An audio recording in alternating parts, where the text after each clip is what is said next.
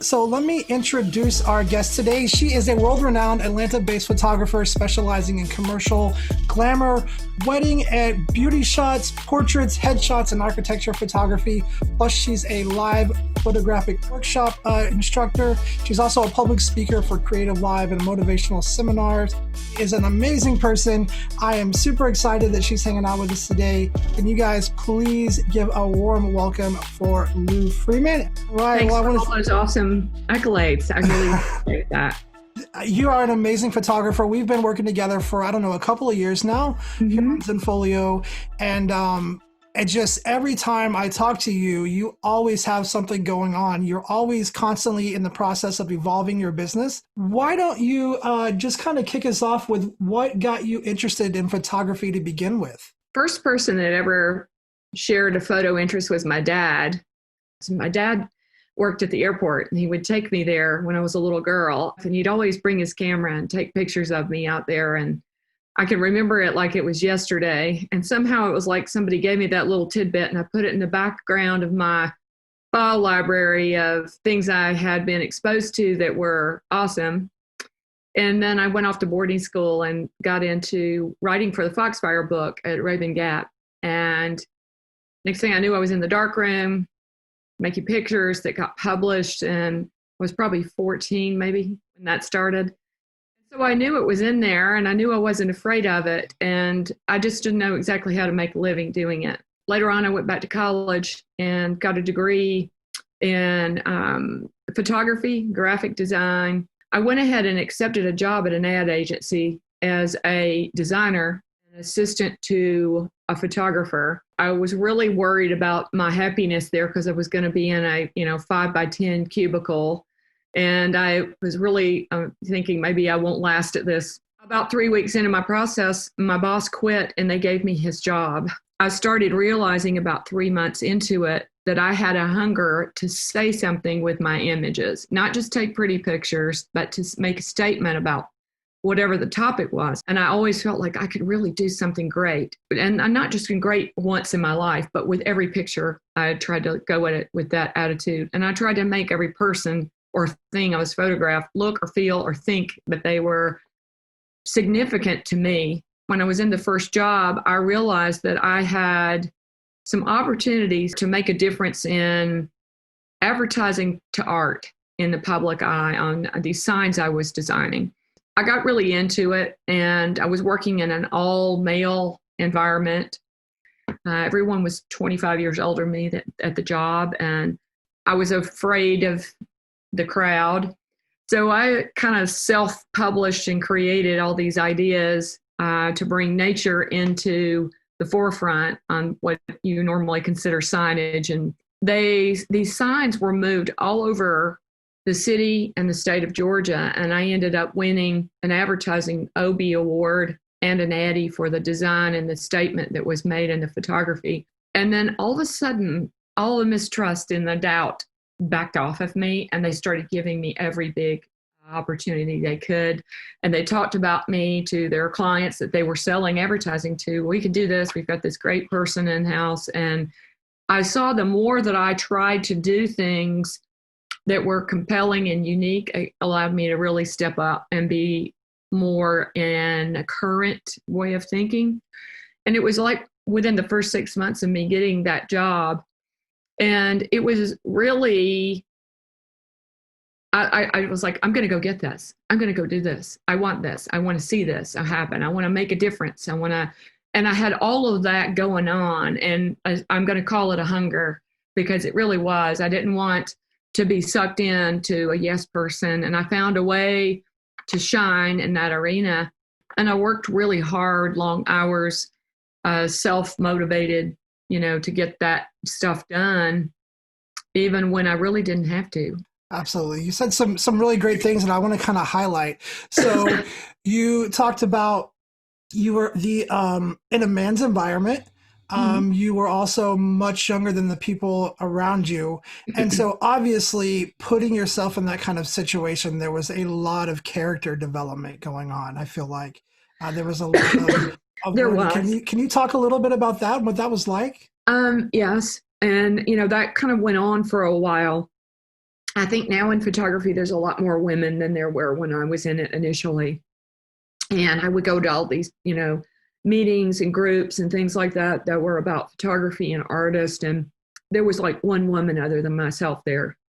But to answer your question more strategically, when I got back to the office, I was constantly having to check myself to make sure I wasn't too sexy, that I was getting the point across, and I was always focused on the work, and sometimes it wasn't always focused that way toward me. And I became focused on learning how to speak to people to get them to follow my ideas. I took classes and all kinds of programs on how to lead people and things like that. And it always helped me because I had to be able to walk into a room and speak to people that I didn't know, and somehow in a matter of minutes learn everything I could about them and get them to trust me, whether it was a man or a woman. I was probably in about the third or fourth year of my business, and the opportunity for me to shoot for Playboy came along. And the very first thing they said was, "Do you have a problem doing this kind of photography?" And I was like, "No, not at all. I haven't. But my work goes from high fashion to glam. But I'm not, just that whole genre in and of itself is something I hadn't focused on bringing on in my life." And I caught a lot of guff about the fact that I even considered to do it. I was worried my commercial clients and my department store people, my fashion people might have an issue with it. And so there were men I'd interview and ask them what they thought. And then I'd ask my parents, I'd ask my sisters who were much older than I was, and I'd ask people who were important to me, like a Miss Georgia or Miss America, and ask what they thought. And they were like, "Well, we don't know that you need to do this. You're zooming along with your career so well, and you're already doing all these things self-motivated, and you don't have any kind of problem." And I was like, I just feel like if I take this challenge on, it will forever change me, and maybe for the rest of my life in a positive way. I think that I can look back on that time and have a positive, maybe turning point in my learning from the experience. And ultimately that's what happened. But the downside was I had to constantly prove myself that I could shoot women in a sensuous, sexy, alluring kind of way. And my mom told me, she said, you might want to think about how you're going to answer that question of kind of photography you'd want to do. I said, I promise you I'll always take the elegant, ladylike glamour way, like the movie star kind of way. And that's what I set out to do. And it was a challenge in the beginning. I thought I knew a lot about photography when I got involved in that. I had to change. And it was like, I didn't know that I wanted to change, but when I did, and I could learn to see the light in the way that they were known for, and then I could do it, it suddenly empowered me in a way with all my other jobs, all my other commercial clients, all the people I was shooting. They'd come and shoot for me for the magazine. They turn around, come back and shoot with me again and again for regular jobs, or even hire me themselves to build their own portfolio so they could get other things. So I kind of took something that could be potentially negative and made it into something really awesome.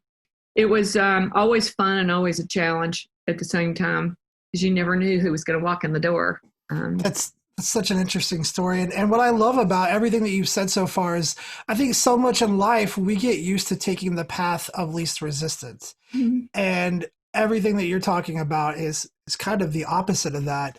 And I really think that's where we develop our character and we really find out the true sense of who we are. I mean, if you can take some of the hardest things that you go through, even if they're horrible experiences, and if you can always look for the lesson in there, I think you can always come out on top of things or better than you were before when you went through that. I said there's always a way to win. If you could look at every scenario you're presented with, especially a negative frame like what we've been going through, where it's like you feel like every time you turn your car to go down some avenue, either creatively or to make money, there's a roadblock. You've got to figure out what your elements of assets are and where could you go. And if you look at, I will not fail, I've got to find something, there's got to be some awesome in here. And if you keep telling yourself that, and even if you have to put little stickers all around your computer or in your favorite place where you go do research, dig deeper, try harder, try to bring something to now, you will allow it to come forth. And, in the stillness of those months we were not working, I found myself developing areas that I felt I was the weakest in. Looking back at my work, what needs to come down, what needs to come out, what can I do to sound more excited about what I'm doing, that I can write about in my blogs? Or do I hire somebody that's an amazing writer to do 4 or 5 blogs for me every month in a third person, publish them somewhere else so that it can keep bringing energy back to you? Can we talk about that for a second? Because sure. I love that idea, because I think, I know personally, writing blogs is one thing that I struggle with. I mean, I'm a photographer. I love taking photos. I love visual things. Text and writing and typing to me is not something that I just wanted to get up and do. And you brought up an interesting point of hiring a writer. And I think definitely that is something that I had never thought of approaching it from that angle, of actually hiring somebody to write your blogs. And I'm sure you could even work it out as a barter system. I'm sure there are writers who need headshots. Can you talk a little bit about when you started doing that? How has it worked for you? And maybe how you've kind of got linked up with those writers to help you? One of the neatest things that happened to me over the last 6 years is I was on the road a lot doing workshops. I partnered with Lindsay Adler and we did the Look Fabulous tour. And I've gone around all the PPA schools. I've gone literally all over the country doing that. And when I've been in different arenas where I've met people at magazines, or they hire freelance writers to write about me, I have really enjoyed watching how they formulate their ideas to write something about me. And whether it's a paragraph or 3 or 4 pages in a magazine, you want to look at yourself as a brand, as I'm not saying compare yourself to Kim Kardashian or something like that, but to have something written about you, illustrating your work in an editorial sense, whether it's been published or not, is an excellent way to look at that. You could take your business and break it down into the areas of the topics that you want to drive business from the public to you. The best way to attain attention is writing. So, and if you can't write, you don't have time to write. You can't clear the path from the babies and the lawn mowing and the 2 jobs you have, then you need to find somebody, at least in the beginning, that can help you do it as often as you can possibly do it. There's usually almost always somebody willing to barter services. I mean, Absolutely. There's somebody just like you who are just starting their business, who are trying to get their name out there, and they're looking for exposure, and they need photography, and you need somebody to write for you. So it's definitely a great way to kind of do some strategic collaboration with somebody, and that would benefit you both. So since we're kind of talking about blogs and about websites, and you kind of hit on this a little bit, but just how important is it these days to actually have a website? I know there's lots of people who try to do their business just on social media, whether it's through Instagram or through Facebook. And so just interested in what your thoughts are on the importance of actually having a physical website. I think it's probably the most important thing that you can do. It's like having a whole employee there to take money, put it, you have to check it, you have to organize it, you have to remind to talk to people, but you can pretty much automate this websites that Zenfolio offers to do almost anything you want. But my website has been the best thing that I've ever fully developed. And I used to have somebody do it for me, and I paid them to do all the work. And it was never bringing me what I thought it should have brought. The dollars weren't reaching, in my opinion, what I had to show for with my celebrities and all that. So once I really got into working on my website with the Zenfolio thing, I really learned how to write the SEO, why it was so important, how to manipulate my all my different kinds of work so it could be on a page, so I don't have issues with people finding me. It's pretty much the center of the universe here for me. Absolutely. Since you mentioned it, let's do some name dropping really quick. Who's your favorite celebrity that you've ever photographed? Jamie Foxx. JB Fox. Mhm. I hear he's really like a genuinely nice person in person as well. He is, and he's really sophisticated and very intelligent and very mannerly when he gets on set. But my attitude of what can I do with this and how can we make this awesome? He actually said that to me when we started working together, and I was like, "This is the strangest thing I've ever heard anybody say." These words were like in my head, and I went to a lot of trouble to make him feel like he was important. And I have never laughed so hard my entire life without someone saying a word. He is just a character and so out of control with his wit in so many different ways. So he was probably one of the most fun people that I've ever photographed. Like, he's extraordinarily handsome and then really funny and not worried about the fact that he could be a nerd at any moment or just a total goofy, crazy looking kind of guy. I mean, he just is like I don't know, he's like capable of so many things. And so that was a photo shoot for me that for so many reasons, I don't think I'll ever forget. It's like one of those moments where you just can instantly connect with somebody and it just like everything goes. Yeah, that's amazing. That's amazing. With everything that's going on right now with COVID, with just everything that we're going through right now, we have a lot of new photographers coming into photography as well. If you could get everybody coming into photography to sit down and listen to you for a few minutes, what one piece of advice would you give brand new photographers just getting started in their business? Never give up. That's the first thing. Never give up. Never meet a stranger. Buy your cameras. Don't rent them. Keep your gear turned over and fresh so it doesn't become a brick and not worth anything, obsolete. If you use good cameras and good lighting and good technical sound products, you will be perceived as successful, even if you're struggling along and just getting your boat paddling down the stream. They teach that in medical, they teach that in a dentist, they teach that everywhere you go. So the other thing is to keep every relationship that you build, try to make sure that everybody stays happy with you personally. Don't get too close to your clients. Don't cross the boundaries anywhere there. Just keep it professional. Always do more than what they expect you to. Every time, no matter what. When people ask you to do a favor, give you something for free, always say, that's something I do for my clients that have been with me for a long time. I don't start out giving my work for free. So you have to value yourself and you have to consider they're the person. If they're going to constantly ask for free things, you might want to let them just pass you by because it's not worth it. Focus, keep things in a moderate price. And as you get more and more famous and more booked, you can slowly start raising your prices.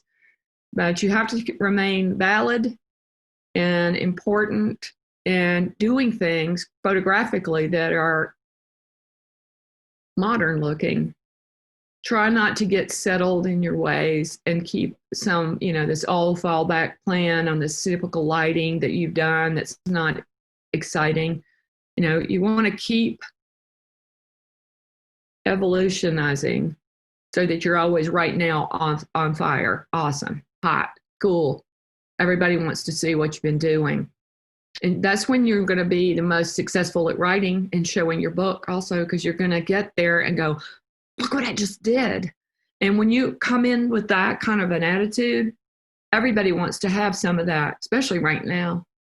If you're like, oh, I had all this time and I came up with these ideas and I made these things and I've been taking my visions and doing something with them. And then boom, there you are with your idea and not copying what everybody else is doing. Same thing, same background, same dresses, same lighting, same thing. I've always tried to do something just a little bit different. Love it.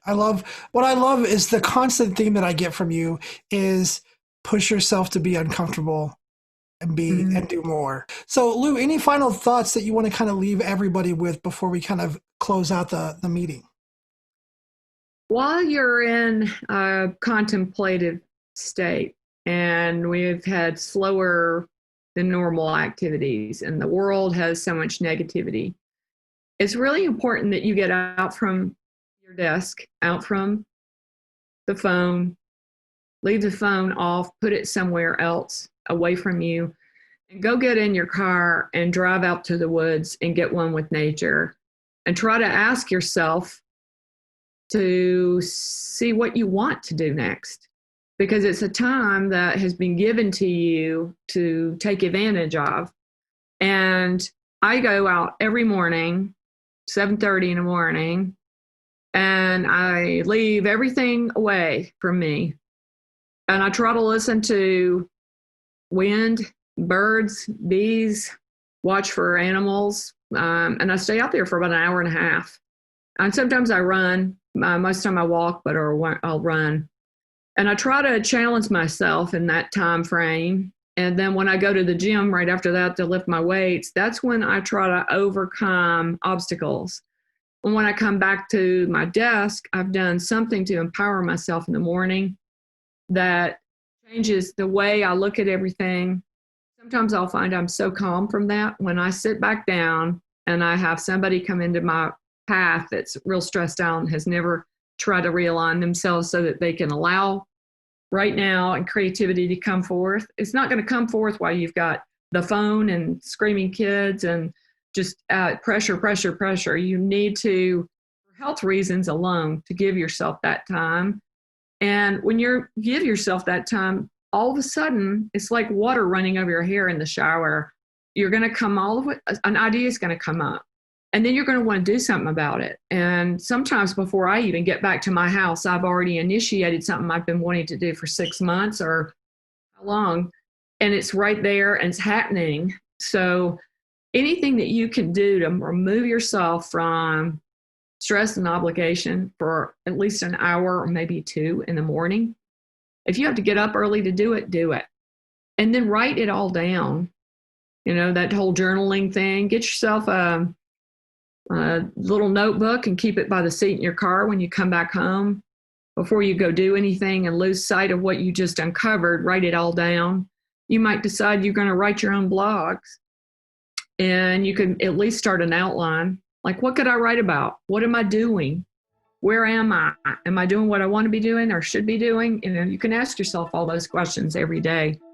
And when you go to bed at night, this is another thing that I believe, is try not to watch TV till you go to bed. Try to sit down with yourself in quietness and remember that the last thing that you see, watch, hear, or digest is what's going to go into your psyche and like make you develop new ideas or to be confusion. And that's why I say never watch a scary movie or a murder mystery and go straight to bed while the TV's on, because you're taking all that turmoil with you. And your brain needs a chance to recoil and chill out and digest what all we give it every day. And we're in this time where it's just so much information all the time. I don't even really think we realize what's happening to us till we stop moving every day. And so I guess my point is, if you really want to make a change or embark on what's in you that you can't get to, you're going to have to take some time to push everything away from you a little bit, even if it's people you care about, because you can't be better to them if you don't feel good about yourself. And to give yourself a chance to do what your body and your mind's supposed to do for your art and for your business and for others, and it will come back all to them in a better way later. But anyway, that's my point of the day, I guess. If you are watching on YouTube and you're not subscribed to the channel, click that subscribe button. Don't forget, tomorrow is going to be the short tutorial of the post photo shoot workflow that's going to be pushing out on our YouTube channel, so make sure you go check that out. That's going to be published at 2 p.m. I'll see you guys again next week on Thursday for Zenfolio Live. Until then, make sure that you do something positive for somebody, that you encourage somebody, that you lift somebody up, that you help somebody out, and that we all work together to make this world a better place, because it could really, really use it right now. Thank you guys. Everybody have a great weekend. Bye, Lou. Thanks. You're welcome. Bye. Bye. Bye.